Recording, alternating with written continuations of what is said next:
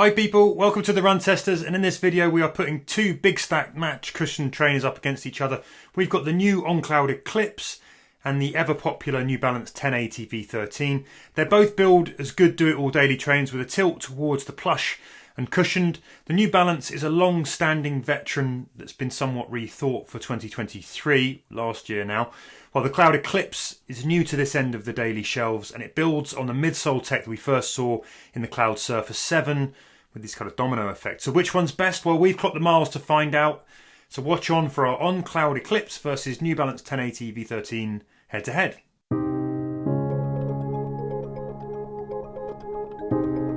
Let's start with some quick comparison details. Then when it comes to stack height, the New Balance 1080 V13 has 38mm in the heel, 32mm in the forefoot for a 6mm drop. The On Cloudeclipse has 37mm in the heel and 31mm in the forefoot, also for a 6mm drop. The Eclipse is a heavier shoe at 10.5 ounces or 297 grams in our UK men's 8.5 test shoe. The New Balance 1080 V13 comes in at 9.2 ounces or 260 grams. Price wise, the New Balance is a shade cheaper. It's £160 in the UK, $165 in the US. The Cloudeclipse are £170 in the UK and a cent shy of $180 in the US.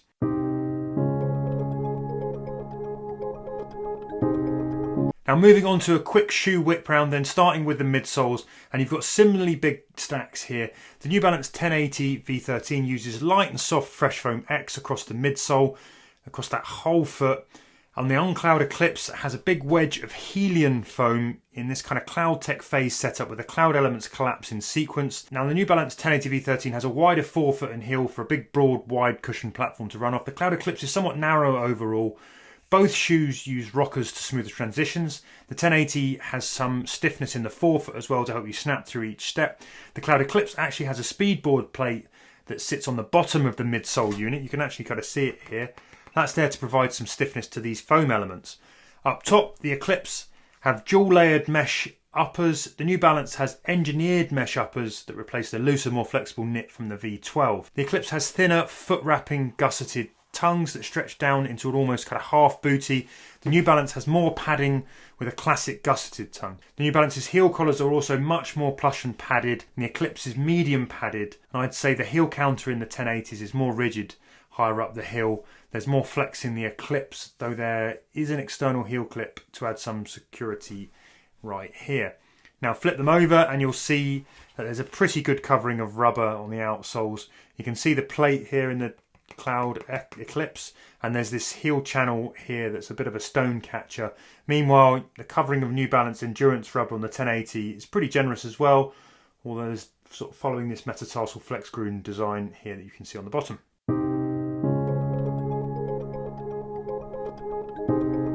So I had no major concerns with the fit of either New Balance 1080 V13 or the On Cloudeclipse. I say they're both fairly tight fitting shoes, so if you're someone who's a bit big for your size maybe, you might have a bit more of an issue, you might want to look at maybe going half a size up, but I'm someone who's probably small for my size, so in my normal running shoe size I had enough room in the toe box just about. The Cloudeclipse is maybe a slightly narrow shoe, but again I have a narrow fit so it suits me quite well. I had a really good lockdown around the midfoot and heel, so yeah, I don't think either is the most spacious of shoes, but I was perfectly happy in my normal running shoe size. So when it comes to fit, I ran in a UK 8.5 in both of these shoes.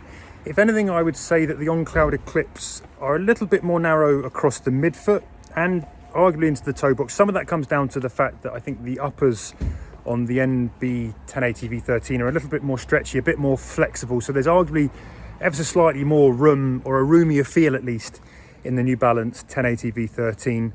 Overall as well, there's a lot more kind of plushness in the heels and that padded tongue, whereas you get a kind of more wrapped fit, I think, and more snug fit in the On Cloudeclipse, because you've got that kind of wrapped tongue, thinner tongue, got slightly less cushioned heel collars as well. Overall, the hold and the fit, though, I found sort of equally good kind of security there.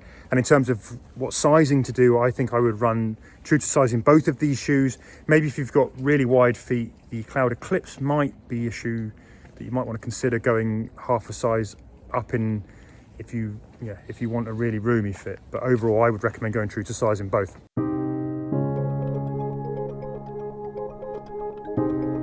Now then, in testing, I've run more than 50 miles in the New Balance 1080 V13. I've run well north of 30 miles in the Cloudeclipse, but slightly less. That's been a mix of paces from slow plods to faster marathon pace stuff. and even a bit beyond that, even something a little bit faster. I've done runs up to 90 minutes in both shoes. All of that's been on mainly on road with some light off-road, river parks, paths, all that kind of stuff. So the usual test miles that I put in. I've also done a mile with one shoe on each foot, and here's what I found. So I've just done a side-by-side mile. I've got the On Cloudeclipse on my left foot. I've got the New Balance 1080 V13 on the right foot. It's really interesting just to tease out the key differences here. Main thing you notice, despite the fact they've got a similar stack height, there is more foam overall underfoot here on the New Balance 1080 V13. The platform is much wider in the forefoot. It's much wider in the heel. And that creates this kind of bigger, softer cushioning ride underfoot. The Fresh Foam X is also tuned much, much softer than you'll find from that kind of Helion foam and the Cloud Tech Phase construction that you've got in the On Cloudeclipse. It's noticeably firmer. It's very, very much kind of stiffer and a bit firmer. It doesn't collapse as much. It doesn't ride as soft as the New Balance 1080 V13. What you're getting on the 1080 V13 is a real kind of sink and then return. I think actually the foam overall on the 1080 V13 might be a little bit more bouncy than you'll find on the Eclipse. On the Eclipse, you're relying a lot more on the rockering and that kind of collapsing CloudTech foam there to sort of roll you through your stride. And I find that you're getting this kind of much more pronounced kind of rocker transition than on the 1080 V13, where you're landing quite on that big kind of soft bed and you're kind of waiting for it to kind of spring back. There is some rockering here, obviously, that does help with the clip through, but essentially the big difference here is that the 1080 V13 is going to eat up a lot more of the road impact than you're going to get with the On Cloudeclipse. So even though these two would be considered max stack shoes, max cushion shoes, what we're going to get here I think is a much more direct feel from the On Cloudeclipse. It feels a bit more precise. You can notice the tarmac coming up a little bit more. You notice the road. I feel a little bit more connected. Yes, a key difference here, I think you're going to be choosing between whether or not you want a softer, more cushioned, spongy ride that has some return to it, some spring, some energy, or you want something that's much firmer because of the plate and the foam, much kind of stiffer and rockered and responsive with kind of faster roll through. And that's going to be the Cloudeclipse. So I think that's where these two shoes differ greatly. The On Cloudeclipse is less shoe on the foot. It's a bit more precise. It's a bit more dialed in. I think as a result, if you like that kind of firm, more responsive rocket ride, you're going to go Eclipse. I think the Eclipse, to me, feels like a shoe that is better at faster paces as a result of all of those things than the New Balance 1080 V13, which is just a little bit softer. It's tuned better, I think, for easier recovery runs, and I wouldn't pick it for going kind of faster paces necessarily. The Eclipse has probably got a bit more versatility overall as a result. So I put a lot of miles into both the New Balance 1080 V13 and the On Cloudeclipse, and I think it is interesting that they are quite different shoes. Like in the past, if you're comparing the On Cloudeclipse to previous versions of the New Balance 1080, I think there'd be a lot more similarities between them, but for now they are max cushion shoes that I think sit at very different ends of the spectrum. You've got the much softer ride of the New Balance 1080 V13, which has a really squishy feel underfoot. Feels very much geared towards short, easy runs, just general easy stuff in particular, just protecting the legs, providing that really cushioned feeling underfoot. And then the Cloudeclipse is a lot firmer, a lot more direct. You've got a lot more of a rocker with it, and it's really more of a cushioned daily trainer that can handle a lot more variety in the kind of runs that you'd enjoy doing in it, but doesn't have that sink-in soft feel that you get with the New Balance 1080 V13. During my testing of the 1080, I didn't always love that feeling. I just found it a little bit too soft for me at times, over long distances. If I was trying to do any kind of running beyond an easy pace, I just found it sapped a bit. The transition was a bit muddy. With 1080s in the past, they weren't the most exciting shoes in the world, but they did rock you through to your forefoot quite well. They could be used for a variety of runs. I feel like this version of the shoe is, like I say, just built for those easy runs, and for me, more short, easy runs. Like on a long run I did in the shoe, which was fine. I just felt that by the end I'd rather have a slightly firmer base underfoot just to provide a bit more of a smooth transition, and actually I'd find that more comfortable in a way to have that more balanced feeling underfoot. Cloudeclipse is certainly firmer, and I think on a couple of runs when it was very cold, I was using in Scotland, it maybe strayed a little bit too firm on the long run. It was okay, but I think that might have just been because I was running in very cold conditions, and the rest of the time I think it is comfortable. I think it is quite balanced. You've got a really noticeable rocker here that does ease out any harshness there might be in the foam, and the speed one underneath isn't as present as you have had on some On shoes in the past, but it does give you that little bit of a extra pop to your steps. So you can use this for a variety of runs. Like I said, I have used it for one faster session, quite a relaxed session, running a couple of really fairly easy mile reps and some 200s at a relaxed pace before a race.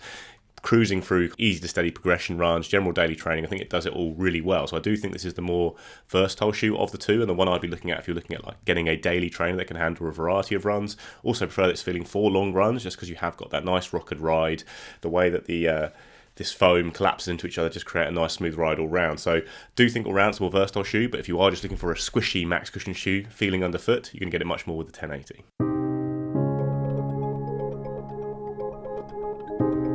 So my verdict here is that I prefer the On Cloudeclipse myself. I think it's a more versatile shoe. I also prefer it for easy and long runs, just because the firmer rockered feeling you have here is just more in line with my personal taste for those kind of runs. I like the rockered feel of it. It is comfortable to me, and I do think it can handle big mileage really well. So all round I prefer the On Cloudeclipse, but I will say the 1080 is the squishier shoe. And if you're coming in here thinking these are both max cushion shoes, I just want a really comfortable soft shoe that I can plod around in for ideally quite short distances, then the 1080 does do that a bit better. It is softer underfoot, especially at the heel, and I do think if you're looking for that in particular, you'll get it with the 1080, but I don't think the Cloudeclipse is uncomfortable, and I do think the other features you get with the shoe, the more versatility, the slightly more fluid transition, make it a shoe that will have more use case scenarios for lots of runners rather than just being a short easy day shoe, which I think is all I'd really use the 1080 V13 for. Maybe the occasional long run at a very relaxed pace, but even then, like I say, I prefer the more fluid transition you get with the Cloudeclipse. That just gives you a little bit more back and provides a more stable platform to work against when you're running on those long runs. So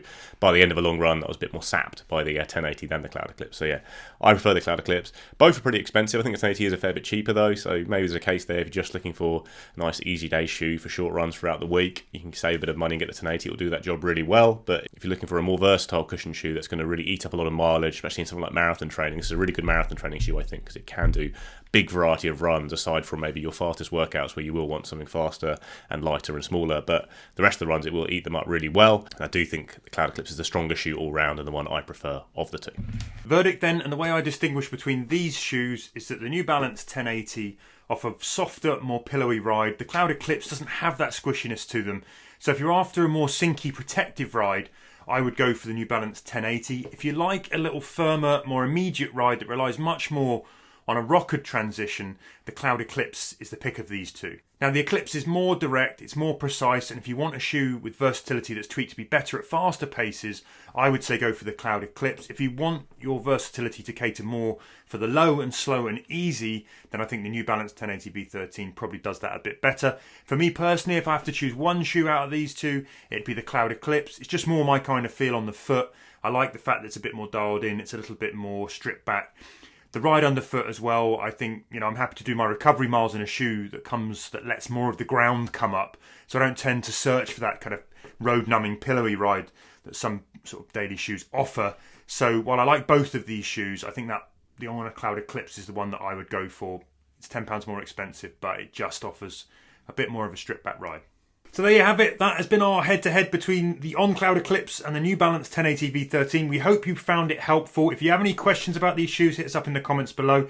If you've had a chance to run in the shoes, both or either, let us know what your thoughts are on them, which one you prefer. Also, don't forget to hit the like, subscribe and ring that bell for more great Run Testers videos when they land on the channel. If you want a full review of both of these shoes, those videos will be appearing on the channel right about now. Otherwise, thanks for watching, and we hope to see you again soon on the Run Testers. Happy running, people. Good luck with your goals for 2024. Get out there and get on with them.